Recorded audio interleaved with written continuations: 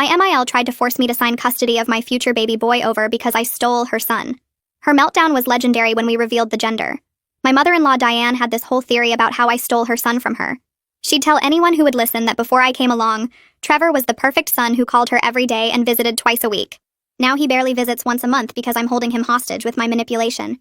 The first time she brought up her solution was at a family barbecue 3 months after our wedding. She pulled me aside while Trevor was helping his dad with the grill and said, "I've been thinking about how to make this fair. When you have a son, he'll be mine to raise. You took my boy, so you owe me another one." I actually laughed because I thought she was joking, but her face stayed completely serious. I already talked to my lawyer friend about grandparent rights. We can make it official. She kept bringing it up constantly after that. Every single family gathering, she'd mention her future grandson and how she was already planning his nursery in her house. She bought boy clothes and stored them in what she called his room. She'd introduce me to people as the woman who stole her son, but would make it right by giving her a grandson. Trevor thought his mom was just being weird and going through some phase. He'd tell her to stop, but then she'd cry about how I turned him against her and how she had nothing left to live for. So he'd back down and tell me to just ignore her, because she didn't really mean it. She absolutely meant it. Diane started sending me articles about pregnancy nutrition and prenatal vitamins. She signed me up for fertility clinic newsletters without asking. She'd loudly ask about my period at family dinners to track if I might be pregnant. When I said that was inappropriate, she said tracking her grandson's arrival was her right as the future primary caregiver. She actually created a contract on legal-looking paper that said I agreed to hand over my firstborn son to make up for taking hers. She brought it to Thanksgiving dinner and tried to make me sign it in front of everyone. When I refused, she started sobbing about how I was destroying her life twice, first by stealing Trevor and now by denying her a replacement son. Things escalated when she found out I was actually pregnant. Trevor had wanted to wait to tell people, but someone from my job saw us at the ultrasound place and word got back to Diane somehow. She showed up at our house at 10 at night with a minivan full of baby stuff, all of it blue. "I knew you were hiding my baby from me," she said, trying to push past me with an armload of boy clothes. When I told her we didn't know the gender yet, she said she had prayed for a boy, and God wouldn't betray her like we had. She started coming to all my doctor appointments without being invited. She'd just show up and tell the staff she was the primary guardian preparing to take custody. She told my actual doctor that I was just a surrogate carrying her son's baby for her. The medical staff had to call security twice because she kept insisting she had legal rights to be in the room. She joined pregnancy groups online pretending to be pregnant herself, posting about how her surrogate was being difficult, and asking for advice on getting custody of the baby immediately after birth. The climax came at my baby shower. She sent out invitations that said, "Celebrating Diane's new son," with no mention of me at all. The decorations were all pictures of Trevor as a baby with signs saying, "Getting my baby back," and "My second chance." She'd set up 2 gift tables, one labeled Diane's baby, and one labeled the surrogate. When guests arrived, she thanked them for supporting her journey to motherhood again. She kept referring to me as the vessel and herself as the real mother. She'd prepared this whole speech about how God gave her this opportunity to raise another son, after I selfishly took her first one. People were looking around completely confused and uncomfortable. Then she brought out her masterpiece, a massive poster board with her custody plan timeline. Week 1, baby moves in with her. Month 1, I'm allowed supervised visits. By year 1, the baby would call her mama and me by my first name. She'd actually laminated little cards for guests that explained the transfer process and how they should address her as the baby's mother going forward. That's when my sister-in-law Julia, who'd been recording everything on her phone for weeks because she thought no one would believe how crazy Diane was, finally had enough. Julia stood up and said, "Diane, since you love contracts and legal documents so much, let me read you something." She pulled out her phone and started reading from our state's grandparent rights law. Grandparents have no automatic rights to custody or visitation. They cannot take a child from fit parents. What you're describing is kidnapping. Julia kept going, reading case after case where grandparents tried to get custody and failed. She read the legal definition of harassment and stalking, pointing out how Diane following me to appointments and joining groups under false pretenses qualified. Then Julia said the thing that finally broke Diane. She pulled up a specific court case on her phone and started reading the judge's words about a grandmother who tried to claim custody rights over her daughter's baby. The judge had written that grandparents who harass parents, show up uninvited to medical appointments, and make threats about taking custody actually destroy any chance of having a relationship with the grandchild. Julia's voice got louder as she read how the judge called that grandmother's behavior dangerous and delusional. She looked straight at Diane while reading the part where the court said such behavior shows the grandparent is unfit to be around the child at all. Every single thing Julia read matched exactly what Diane had been doing to me for months. The baby shower guests sat frozen in their chairs watching Diane's face change colors. She went from angry red to this weird pale white like all the blood drained out of her head. Her mouth kept opening and closing, but no sound came out. Julia kept going, reading about harassment charges and restraining orders and how stalking pregnant women is a crime in our state. She read the definition of parental alienation and how courts view people who try to convince others they have custody rights they don't actually have. Then Julia said the thing that made Diane completely lose it. Julia lowered her phone and spoke directly to Diane in this calm, clear voice that somehow made everything she said hit harder. She told Diane that every single person in this room just witnessed her commit multiple acts that could result in criminal charges. She said all the videos on her phone showing Diane at my doctor's office claiming to be the primary guardian would be evidence of fraud and impersonation. Julia explained that the fake contract Diane brought to Thanksgiving dinner could be considered attempted coercion. She listed off everything Diane had done like she was reading charges in court. The baby shower guests looked absolutely shocked. Some of them had their phones out, and I realized they were recording too. Diane just stood there shaking, still holding those laminated cards about the custody transfer process. Trevor finally stood up from where he'd been sitting in the corner looking like he wanted to disappear. His hands were shaking, but his voice came out firm when he told his mother this ends right now. He said she needed to leave immediately. Diane started crying these big, loud sobs and reached for Trevor like she used to when he was little, and she wanted him to comfort her. But Trevor actually stepped back away from her. He repeated that she needed to go, and I could see his whole body trembling, but he didn't back down this time. Diane's crying turned into screaming so fast it made several guests jump. She yelled that we were all working together against her and trying to steal her grandson before he was even born. She grabbed that poster board with the custody timeline and shook it at everyone, screaming that this was a legal plan and we couldn't stop her. She said God promised her this baby to make up for me stealing Trevor. Julia stayed completely calm and pulled out her phone again. She called the police non-emergency line right there in front of everyone. I heard her explain to the operator that someone was refusing to leave a private event after being asked multiple times and was now causing a disturbance. Diane screamed louder when she realized Julia was actually calling the cops. She started saying we'd all regret this and that her lawyer would sue everyone in the room. The guests were gathering their things and moving toward the door, clearly uncomfortable and wanting to leave. Some of them stopped to squeeze my hand or whisper that they'd help if we needed anything. Margot came over and stood next to me like a bodyguard. We waited for the police, but they were taking a while because it wasn't an emergency call. Trevor's father showed up before the police did. Julia had texted him when Diane started screaming. He walked in and took one look at that custody timeline poster still in Diane's hands. He told her she'd completely lost her mind. His voice was tired like he'd seen this kind of thing from her before. He said if she left quietly right now, he'd drive her home and we wouldn't press charges. Diane argued with him for almost 10 minutes. She kept insisting the baby was legally hers and that she had rights. Trevor's father finally raised his voice and told her the only right she had was to leave before the police arrived and arrested her. Something about the way he said it must have gotten through because Diane finally stopped screaming. She gathered up all her blue baby clothes and that poster board. She looked at me with this expression that was half hatred and half desperation. Then she looked at Trevor and started crying again, saying he used to love her before I ruined everything. Trevor's father took her arm and guided her toward the door. She left still crying and muttering about her grandson and how unfair this all was. The second the door closed behind them, I completely fell apart. All the fear and stress from the past 3 months hit me at once. I started sobbing so hard I couldn't catch my breath. Trevor wrapped his arms around me and kept saying he was sorry over and over. He said he should have taken this seriously from the start instead of telling me to ignore his mom. He admitted he kept hoping she'd snap out of it on her own because he didn't want to deal with the conflict. I couldn't even respond because I was crying too hard and shaking. Margot brought me water and helped me sit down. The remaining guests were all hovering around looking concerned and upset. Trevor held me while I cried and kept apologizing. He said he'd been scared of losing his mom completely if he stood up to her. He said he knew that was stupid now because protecting our family had to come first. I could feel him shaking too. His mom had manipulated him his whole life with tears and guilt trips, and he'd finally broken free of it. It felt like something huge had shifted between us, even though the situation was terrible. The baby shower guests who were still there came over one by one. They told us they were so sorry we'd been dealing with this. Several people offered to write statements about what they witnessed if we needed them for legal reasons. One woman said she had photos of the poster board and the 2 gift tables labeled for Diane's baby and the surrogate. Another guest said she'd recorded part of Diane's speech about being the real mother. Everyone was being so supportive and kind. They helped gather up the gifts and take down Diane's creepy decorations. Someone found the laminated cards Diane had made and showed them to everyone. The cards actually had instructions for guests about addressing Diane as the baby's mother and referring to me by my first name only. It was disturbing to see it all written out like that. Margot stayed after everyone else left. She helped me clean up and kept checking to make sure I was okay. We threw away all of Diane's decorations and the custody timeline poster.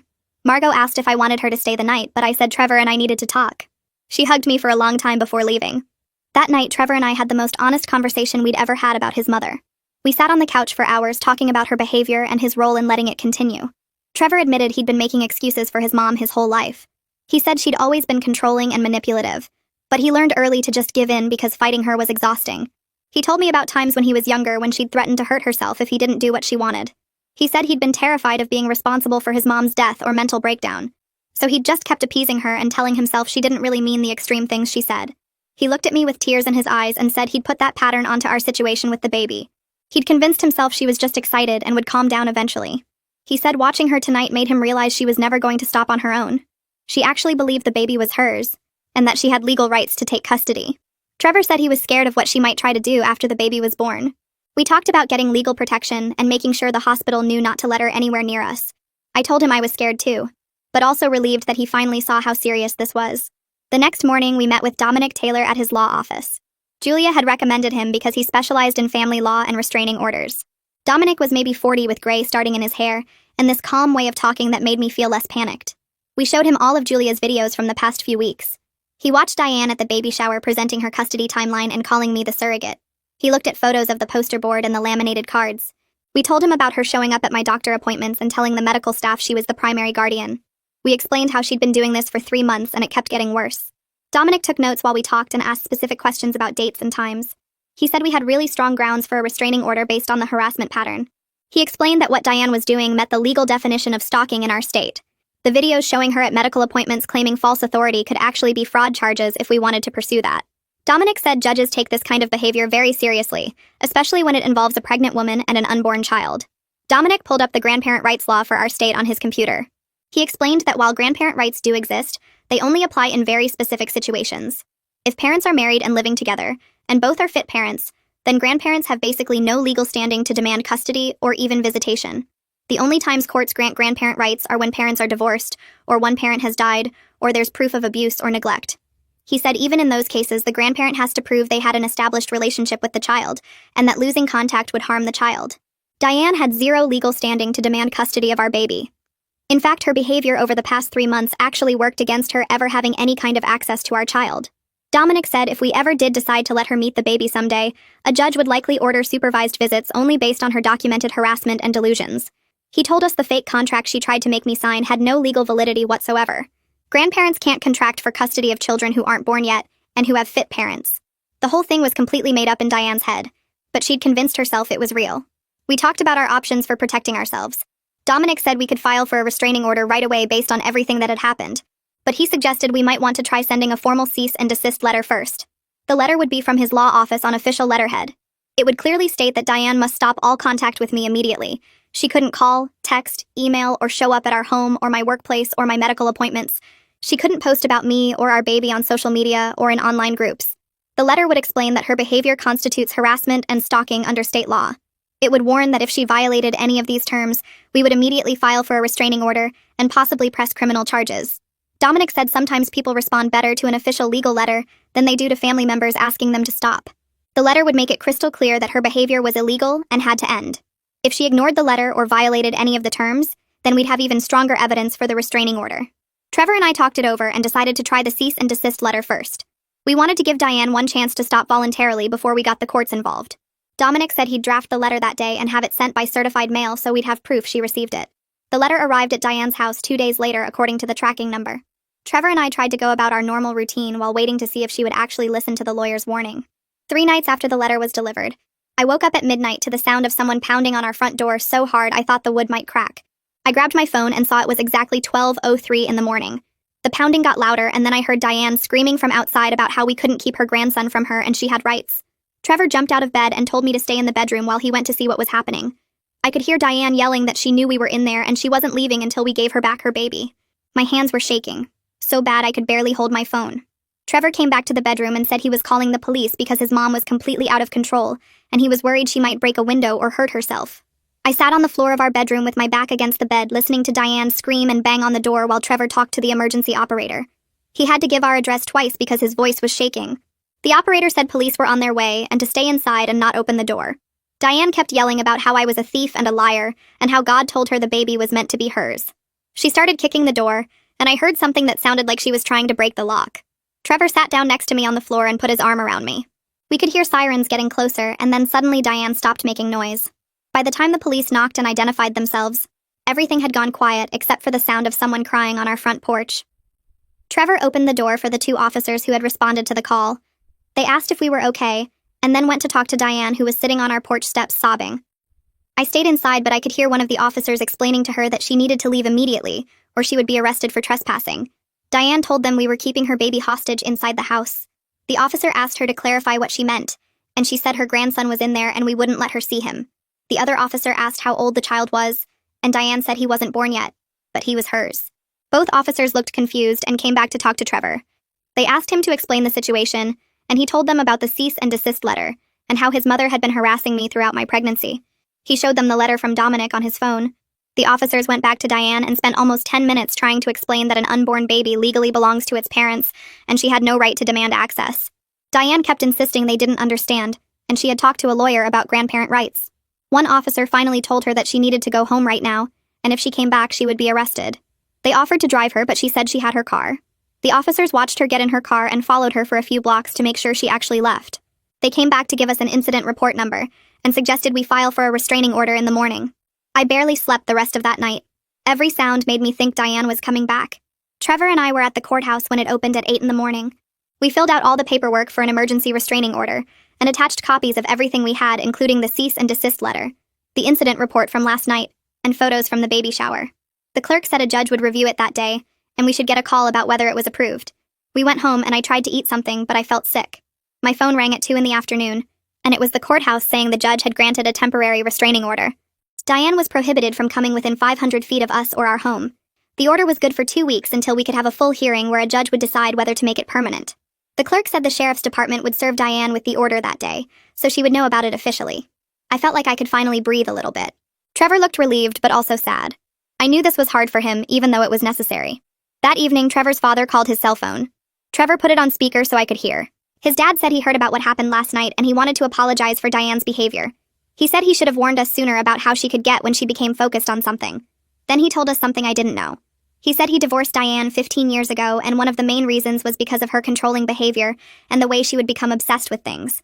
He said over the years since the divorce he had watched her get worse, and the situation with the baby had pushed her completely over the edge.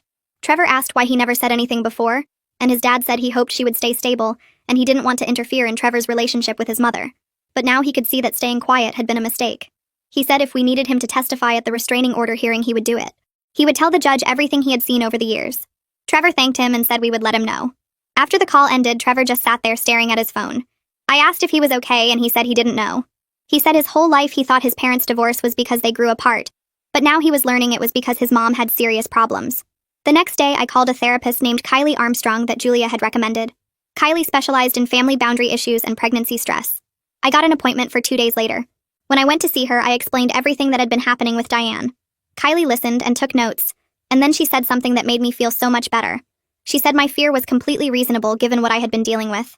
She said sometimes people try to tell themselves they're overreacting, but in my case, I was actually underreacting if anything. A woman who believed she had the right to take my baby and who showed up at my house at midnight screaming was absolutely someone I should be afraid of. Kylie taught me some strategies for managing my anxiety when I felt it getting too high. She also said the stress I was under could affect my blood pressure and the baby, so it was important I had support. We made a plan to meet once a week until after the baby was born. Having someone validate that I wasn't crazy for being scared helped more than I expected. Meanwhile, Julia was putting together a complete record of everything Diane had done.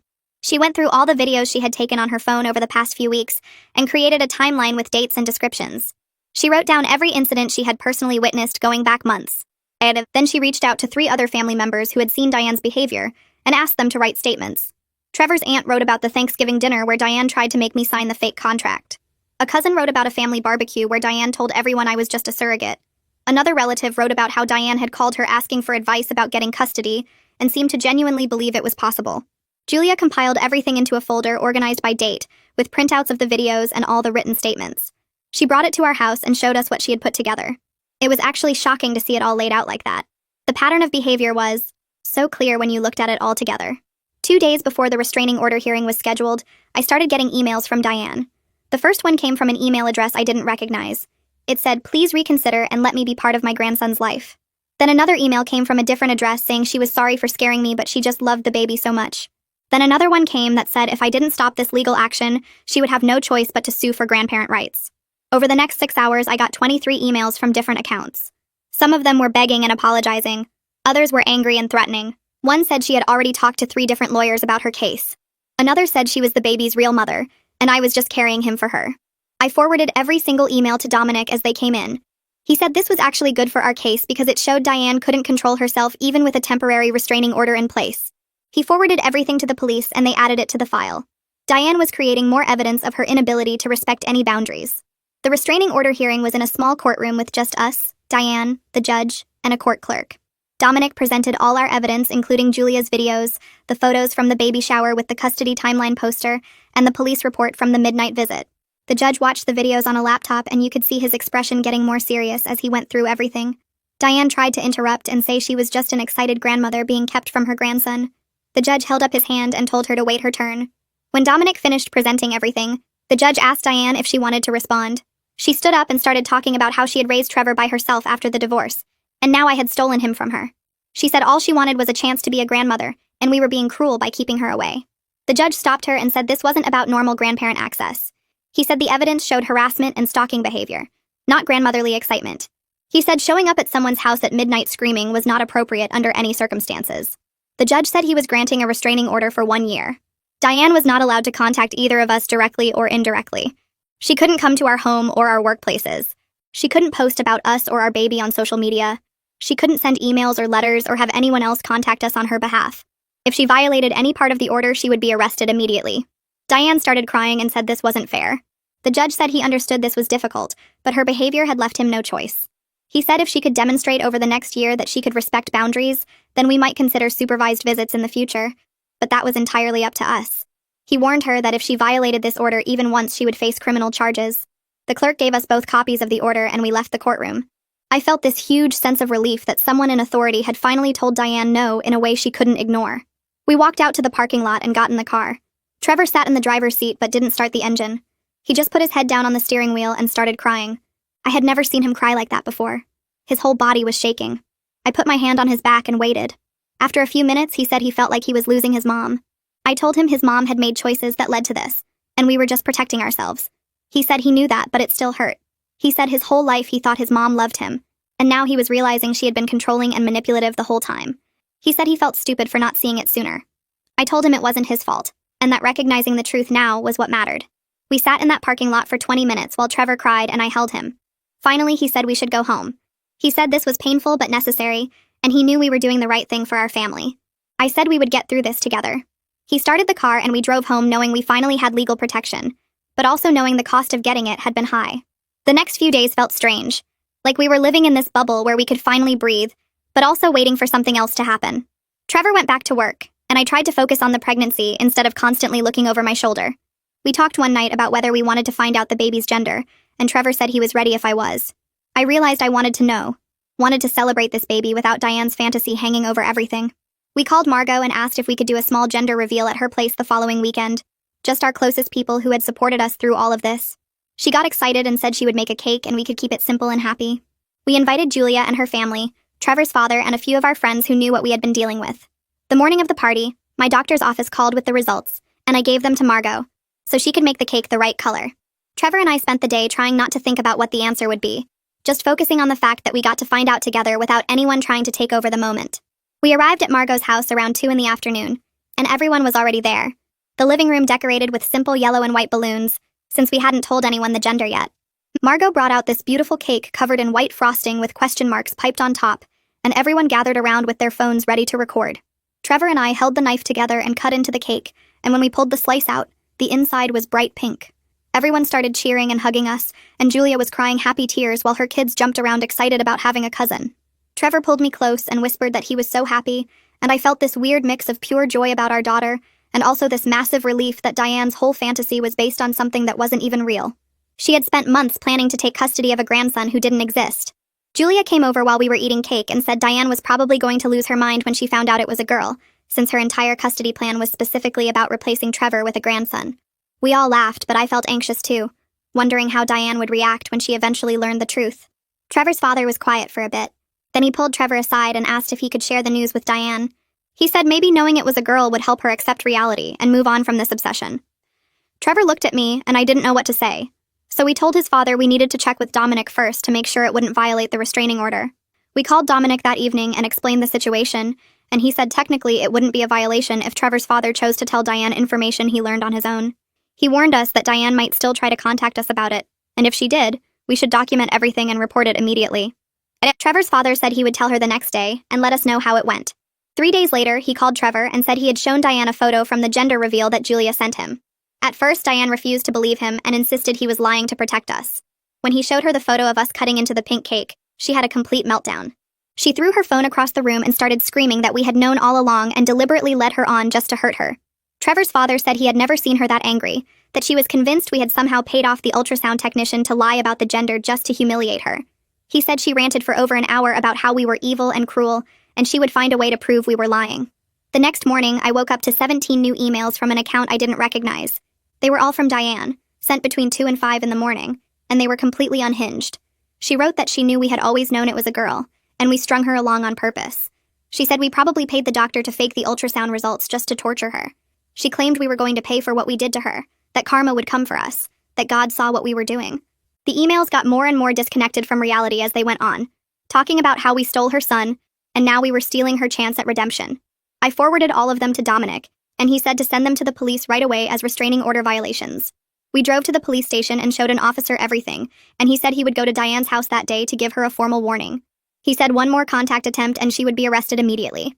Trevor's father called that afternoon and said the police had been there, and Diane was scared enough that she finally seemed to understand she had to stop. He said she deleted all her email accounts and promised she wouldn't try to reach us again. The officer called us later to confirm the warning was delivered and Diane understood the consequences. After that, Diane went completely silent. No emails, no calls, no showing up anywhere. Trevor's father said she barely left her house for a week, just stayed inside and didn't talk to anyone. The silence was almost as weird as the harassment had been, like we kept waiting for the next thing to happen. But weeks went by and nothing did. I could go to my doctor appointments without checking the waiting room for her face. I could go to the grocery store without worrying she would corner me in an aisle. The last 2 months of my pregnancy were peaceful in a way I hadn't experienced since before Diane found out I was expecting. Trevor and I took a childbirth class at the hospital on Tuesday evenings, learning breathing techniques and labor positions. The other couples in the class would talk about their families and who was coming to visit after the baby arrived, and we would just smile and not mention that we had a restraining order against Trevor's mother.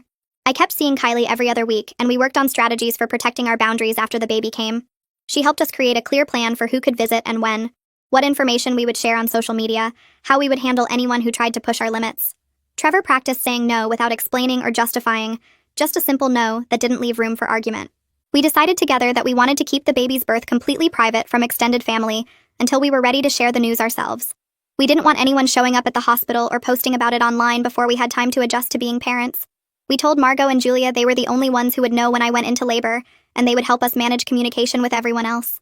Margot said she would bring us food and supplies but wouldn't overstay her welcome, and Julia promised to run interference if anyone started asking questions.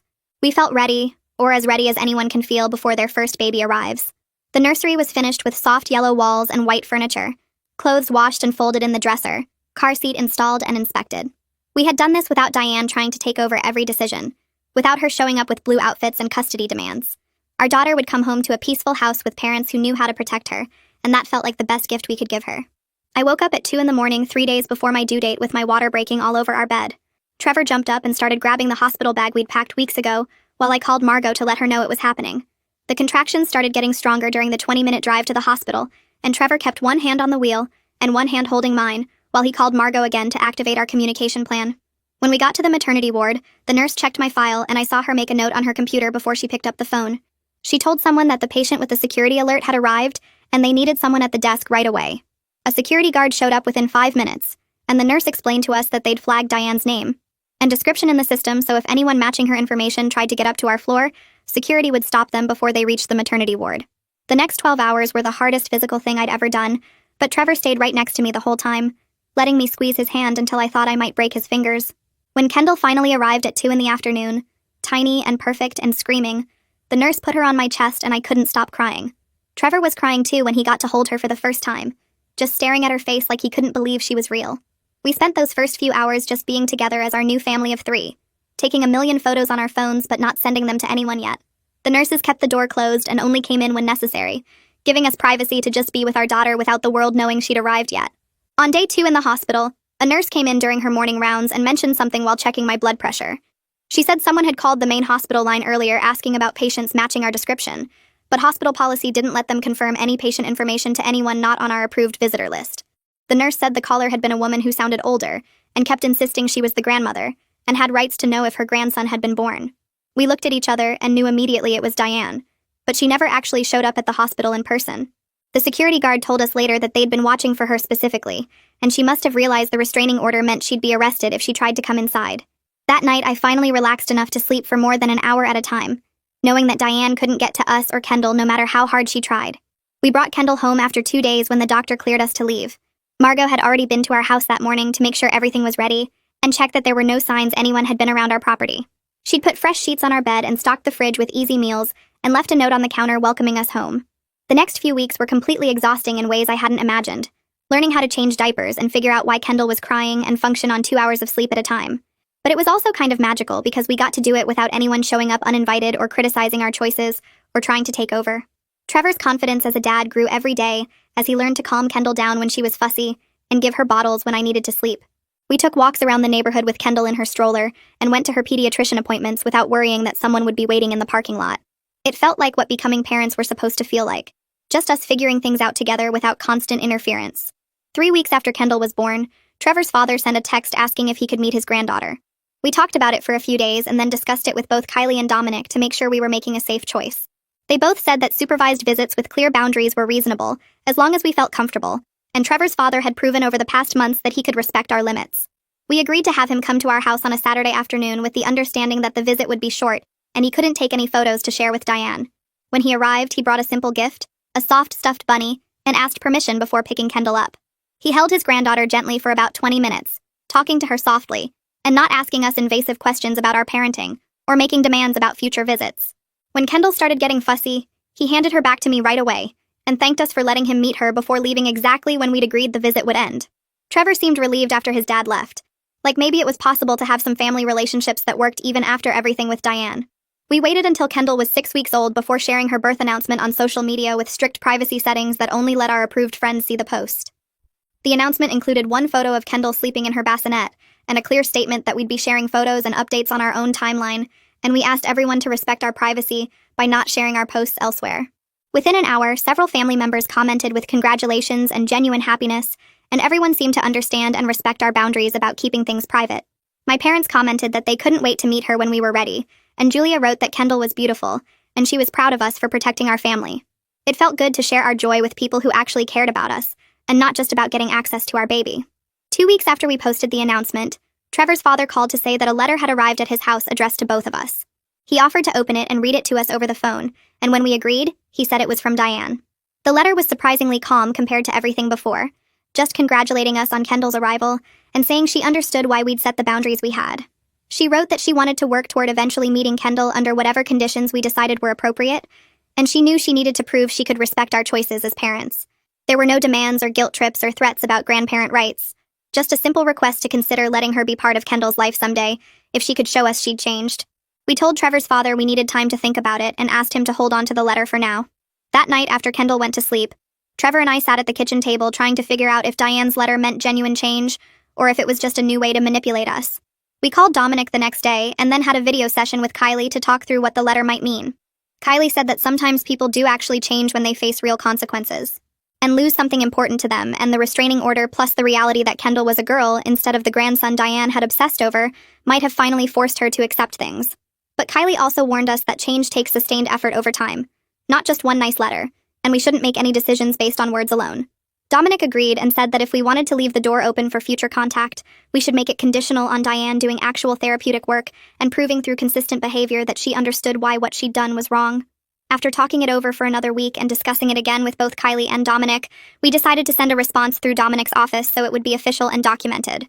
The letter stated that we were willing to consider supervised contact in the future if Diane completed therapy with a licensed professional and demonstrated consistent respect for our boundaries over a period of at least 6 months. We made it really clear that this wasn't a promise or a set timeline, just a possibility if she did the actual work to change her behavior and thinking patterns. We also said that any future contact would be entirely on our terms and schedule, and we reserved the right to end contact again if she violated boundaries or made us uncomfortable. Dominic sent the letter to Trevor's father's address with instructions to give it to Diane, and then we waited to see what would happen next. 3 weeks later, Trevor's father called to report that Diane had enrolled in therapy and had been attending weekly sessions with a therapist who specialized in family relationships and boundary issues. He said she'd given him permission to confirm her attendance with us, and that she seemed to be genuinely working on understanding why her behavior had been harmful and scary.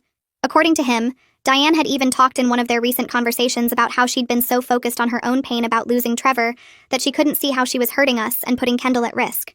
We told Trevor's father we appreciated the update, but we were going to stay cautious and see if Diane could maintain this progress over time before we made any decisions about contact. Trevor seemed both hopeful and skeptical after the call, wanting to believe his mom could actually change, but also protecting himself from disappointment if this turned out to be temporary. Kendall turned 3 months old on a Tuesday, and I spent the morning watching her discover her hands like they were the most amazing things in the world. She'd hold them up in front of her face and stare at them for minutes at a time, opening and closing her tiny fingers. Trevor came home from work early just to hang out with us, and we laid on a blanket on the living room floor, while Kendall kicked her legs and made happy noises.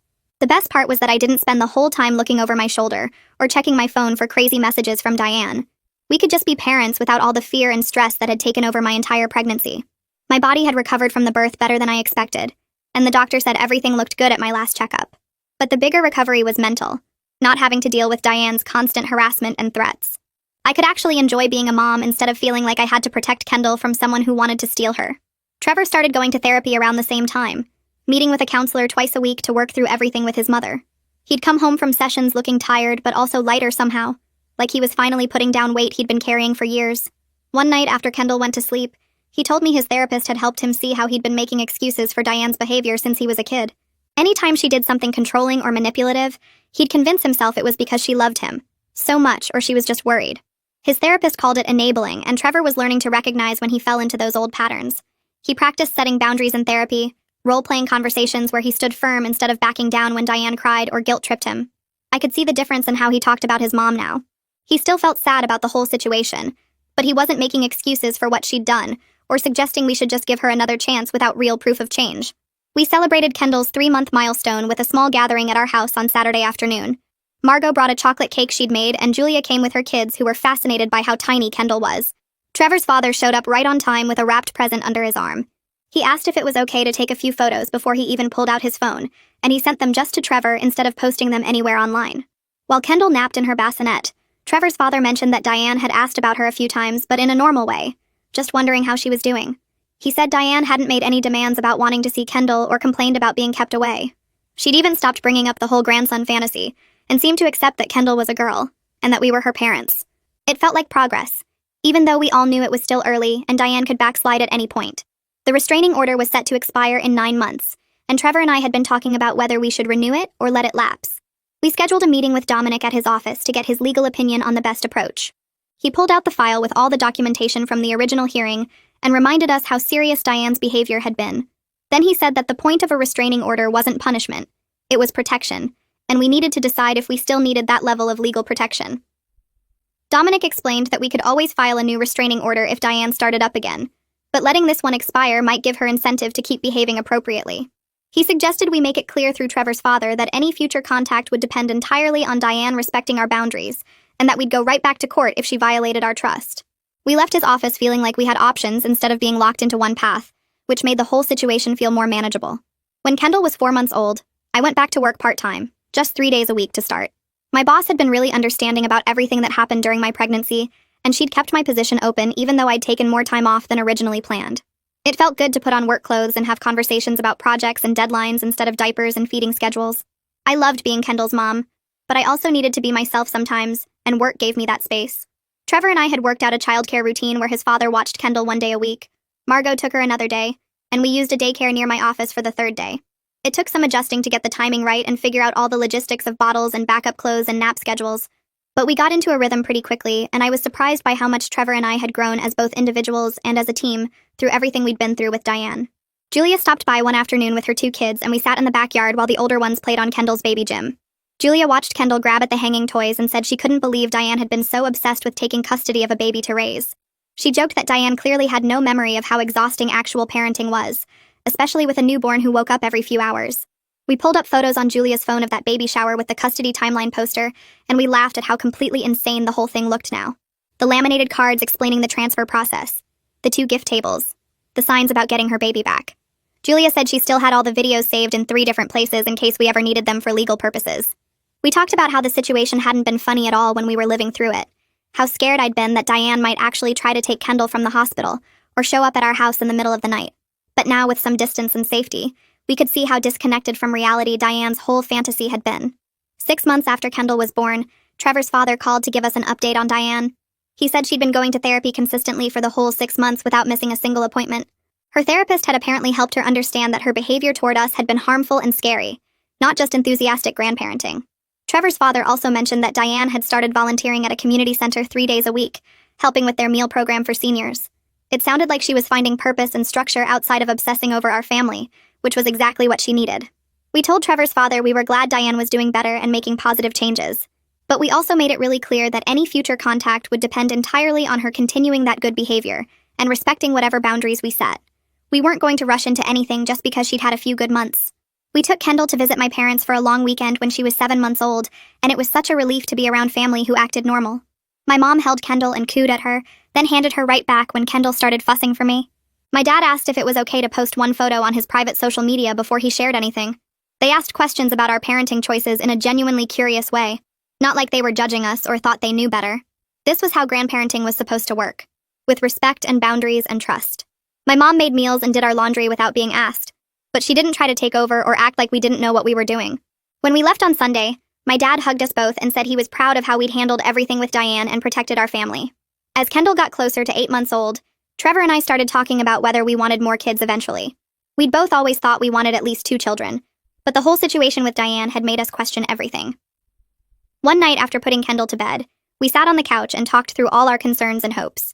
Trevor said he felt confident now that we could protect our family boundaries no matter what happened with his mother. I agreed, and I realized the experience had taught us that we were stronger than we'd thought. Our marriage had survived serious external pressure, and we'd learned how to stand together even when it was hard. We decided we'd probably try for another baby in a year or so, once Kendall was a bit older, and we felt more settled into parenting. Trevor's father called a few weeks later to ask if Diane could send Kendall a birthday card for her first birthday, which was still 4 months away. We talked it over and decided a card would be acceptable as long as it didn't include any guilt trips or requests to see Kendall. Trevor's father understood and said he'd make sure Diane knew the rules. When the card arrived in early November, we had Dominic look at it before we even opened it, just to be safe. He read through it carefully and said it was actually appropriate. Just warm wishes for Kendall's birthday and a savings bond for $50. No manipulation, no demands, no passive-aggressive comments about being kept away. It was the kind of card a normal grandmother might send, and that felt like real progress, even though we stayed cautious about what it meant for the future. 2 months before the restraining order was set to expire, Trevor and I sat at our kitchen table with all the documentation Dominic had helped us compile over the past year. We had copies of every appropriate text Diane had sent through Trevor's father, records of the therapy attendance his father reported, and notes from Dominic about what factors to consider when deciding whether to renew. Trevor spread the papers across the table and we went through each one, talking about whether we felt safe enough to let the legal protection lapse. The decision felt huge because renewing meant another year of court involvement and fees, but not renewing meant trusting that Diane had actually changed enough to respect boundaries without a judge forcing her to. We talked for almost 3 hours that night, going back and forth about what felt right. I kept thinking about how peaceful the last several months had been without her constant interference, and whether that peace would last if we removed the legal barrier. Trevor pointed out that we could always file for a new restraining order if she started up again, and that keeping all our documentation meant we had proof of the pattern if we ever needed it. We finally decided that we'd let it expire but stay very alert to any signs that Diane was slipping back into old behaviors. The decision made my stomach tight with anxiety, but it also felt like the right step if we were ever going to have any kind of functional relationship with her. We called Dominic the next day to tell him our choice, and he said it was reasonable given the sustained period of appropriate behavior, but he emphasized that we should document everything going forward just in case. Planning Kendall's first birthday party gave us something positive to focus on instead of worrying about the restraining order situation. We decided to keep it small with just close friends and family at our house, nothing fancy or stressful. I spent the week before baking a smash cake for Kendall and a regular cake for everyone else, and Trevor hung streamers in our living room that Kendall kept trying to pull down during her naps. The morning of the party, I dressed Kendall in a little yellow dress that my mom had sent, and she looked so grown up compared to the tiny baby we'd brought home a year ago. Margot arrived first with a huge stuffed giraffe that was almost as tall as Kendall, and Julia came right after, with her kids who were excited to play with the birthday girl. Trevor's father showed up exactly on time carrying a wrapped present and a gift bag, and when Trevor opened the door for him, I could see how nervous his father looked about whether this was okay. Trevor hugged him and thanked him for coming, and his father's whole body relaxed. During the party, Trevor's father sat on our couch and held Kendall when she got tired of all the attention, and he was so gentle with her that I felt glad we'd included him. When it was time for presents, he handed us the wrapped box first, and inside were a dozen framed photos of Trevor as a baby and toddler. He explained that he thought we might want them for Kendall's baby book so she could see pictures of her dad at her age, and he'd made sure to pick ones that didn't include Diane. The gesture was so thoughtful and careful about our boundaries that I actually got a little teary. The gift bag had a savings bond for Kendall's future, and a card that just said he was proud of the parents we'd become. After everyone left and we were cleaning up wrapping paper while Kendall napped, Trevor said his dad had really shown up for us in a way his mom never had. 3 days after the party, the restraining order officially expired. I felt jumpy all day waiting for something to happen, like Diane was going to show up at our door the second the legal protection was gone. But nothing happened that day or the next. Then on the third day, Trevor's phone buzzed with a text from a number we didn't have saved but recognized as Diane's. My heart started racing and I moved closer to Trevor so I could read over his shoulder. The message just said she was happy Kendall had a good birthday, and she hoped Trevor was doing well. That was it. No demands to see Kendall. No guilt trips about being excluded. No manipulation about how much she'd suffered. Trevor stared at his phone for a solid minute before typing back a polite thank you. He didn't add anything else, didn't ask how she was, or invite further conversation. She responded with a simple thumbs-up emoji, and that was the end of it. We both just stood there in our kitchen looking at each other like we couldn't quite believe that interaction had been so normal. A week later, Kylie brought up the idea of a parent support group during one of our regular sessions. She said she ran a group that met twice a month for parents dealing with difficult family dynamics and boundary struggles, and she thought hearing other people's stories might help us feel less alone. Trevor and I talked about it on the drive home and decided to try one meeting to see if it felt right. The first meeting was at a community center near Kylie's office, and there were 8 other parents sitting in a circle when we arrived. Kylie did introductions and explained that everything shared in the group stayed confidential, and then she asked if anyone wanted to start. A woman named Sarah talked about her father, who kept showing up at her kids' school despite being told not to, and a man named Mike shared about his mother who created fake social media accounts to spy on his family. When it was our turn, Trevor and I took turns explaining the situation with Diane and the restraining order and the baby shower incident. People in the group nodded like they understood exactly what we meant, and afterwards 3 different people came up to say they'd dealt with similar situations. Going to that group every other week became something we actually looked forward to, because it helped to know we weren't the only ones navigating this kind of family mess. We shared strategies that had worked for us, like having Dominic review messages and keeping detailed documentation, and we learned new approaches from other parents who'd been dealing with boundary issues for years. One couple told us about their system for supervised visits that gave us ideas for if we ever decided to let Diane see Kendall. By the time Kendall was 18 months old, our life had settled into a rhythm that felt stable and healthy. Trevor had weekly phone calls with his father that didn't involve any drama, or Diane trying to use him as a messenger. His father came over every few weeks to spend time with Kendall, and he'd started teaching her to recognize animals in picture books. Trevor told me one night that his relationship with his dad was better now than it had been in years, because they'd both learned to have boundaries with Diane, instead of just managing her chaos. I'd gone back to work part-time and found a daycare we loved where Kendall was thriving and making little toddler friends. Our house felt peaceful in a way it never had during my pregnancy, when I was constantly stressed about Diane's next move. We had date nights again and talked about things other than legal strategies and safety plans. The support group had helped us process a lot of the trauma from that first year, and we both felt stronger as individuals and as a couple. When Trevor's father asked if we'd consider a supervised visit between Diane and Kendall, we didn't immediately say no, like we would have 6 months earlier. He explained that Diane had been in therapy consistently for a full year, and her therapist thought she'd made real progress in understanding why her behavior had been harmful. He showed us his phone with a text thread between him and Diane, where her messages were brief and appropriate.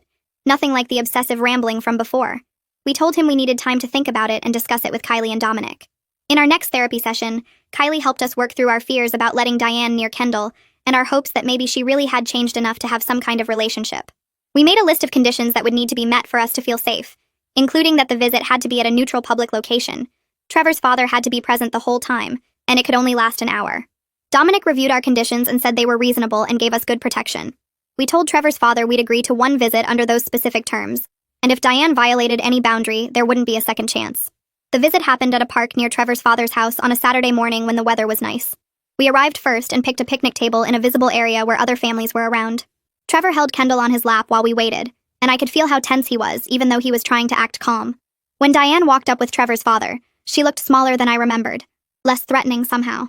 She sat down across from us and said hello in a quiet voice, not reaching for Kendall or making demands. For the first few minutes, nobody really knew what to say.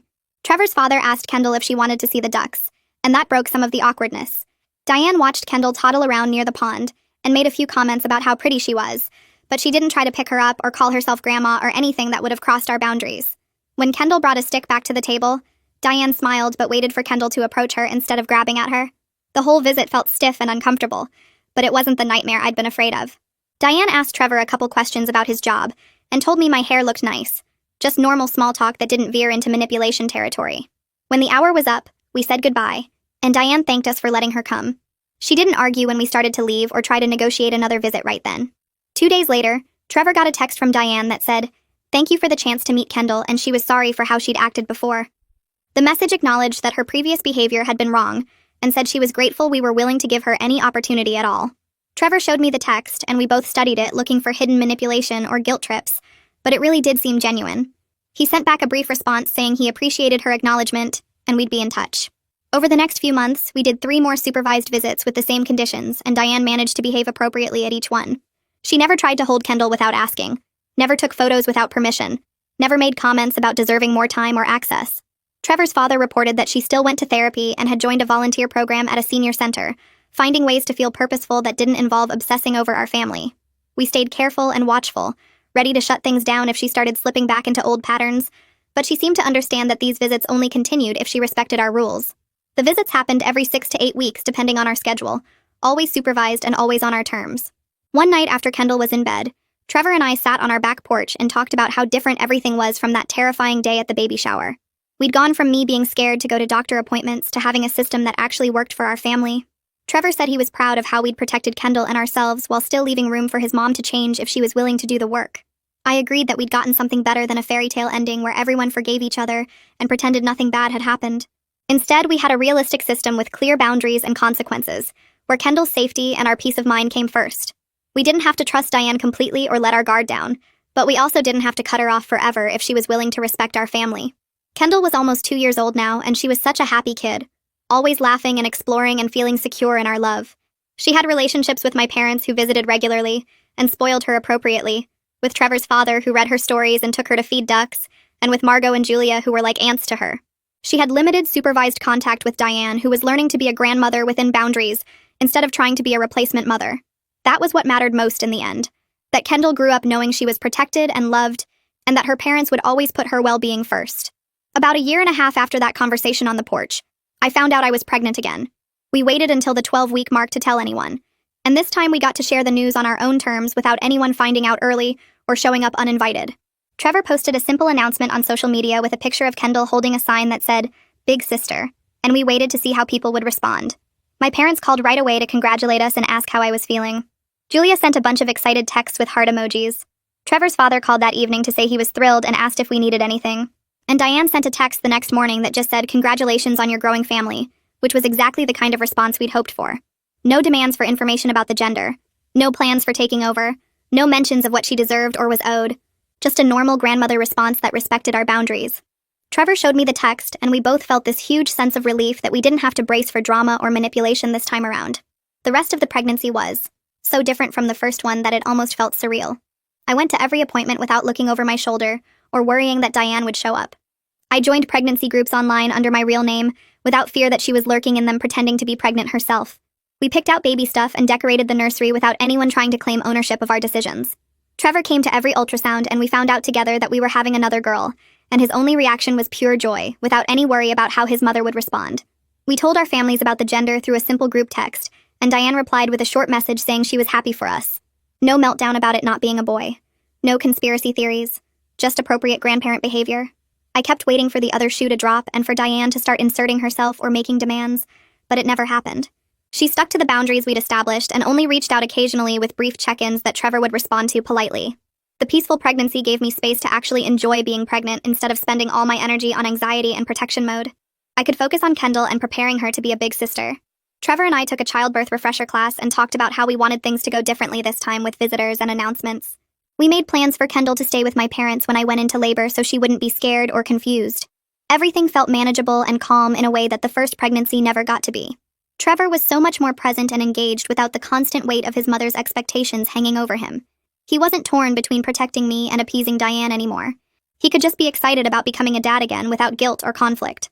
We talked about baby names without anyone trying to claim naming rights. We planned the nursery layout without anyone insisting they knew better. We made decisions together as partners and parents without outside interference. When I went into labor with our second daughter, Sophia, we followed our plan, and my parents picked up Kendall before we headed to the hospital. The birth went smoothly, and Sophia arrived healthy after just 8 hours of labor. We spent the first day in the hospital as just our family of 4, taking pictures and videos and letting Kendall meet her baby sister. On the second day, we posted a simple birth announcement with Sophia's name, weight, and length, along with a photo of the girls together. The responses came in quickly from family and friends. My parents visited that afternoon and brought Kendall to see us again. Trevor's father came by that evening with a gift basket, and spent an hour holding Sophia and reading to Kendall. And Diane sent a text saying congratulations on Sophia's arrival, followed by a message saying she'd sent a gift card to our email. That was it. No demands to visit. No attempts to show up at the hospital. No claims about her rights or what she deserved. Just appropriate responses that respected the boundaries we'd worked so hard to establish. When we brought Sophia home, Trevor's father asked if he could visit the following weekend, and we said yes because he'd proven over and over that he understood and respected our rules. He came over on Saturday afternoon, held Sophia gently, played with Kendall, and left after a couple hours without overstaying or pushing for more access. Life settled into a new normal with 2 kids under 3. Kendall adjusted to being a big sister with some typical toddler jealousy, but mostly excitement about helping with the baby. Trevor and I figured out how to manage 2 different sleep schedules and twice as many diapers and all the chaos that comes with adding another child. And through it all, the boundaries we'd established with Diane held. She didn't try to push for more contact or guilt trip us about keeping her away from the girls. She sent appropriate birthday cards and holiday gifts. She responded to the occasional photos Trevor sent with brief thank you messages. There were still moments of tension when she'd send a text that felt slightly off, or when we'd hear through Trevor's father that she'd said something about wishing she could see the girls more. But those moments were manageable because we had systems in place, and we knew how to shut things down if needed. We didn't have a perfect fairy tale family where everyone got along and all past hurts were forgotten. We had something more realistic and sustainable. A family structure with clear boundaries and consequences where everyone knew the rules. Kendall and Sophia were growing up in a home where their parents protected them first and modeled what healthy relationships looked like. They had grandparents who loved them appropriately and respected their parents' authority. They had stability and security, even if the extended family dynamics weren't always smooth. And that was enough. That was actually better than pretending everything was fine when it wasn't. We'd done the hard work of establishing boundaries and sticking to them even when it was painful and difficult. We'd protected our family without completely cutting off the possibility of limited contact if Diane continued to respect our rules. And we'd built a life that worked for us, even if it didn't look like what other families had. That was the real victory. Not some dramatic reconciliation or perfect ending, but a functional, imperfect family system where our kids could grow up safe and loved.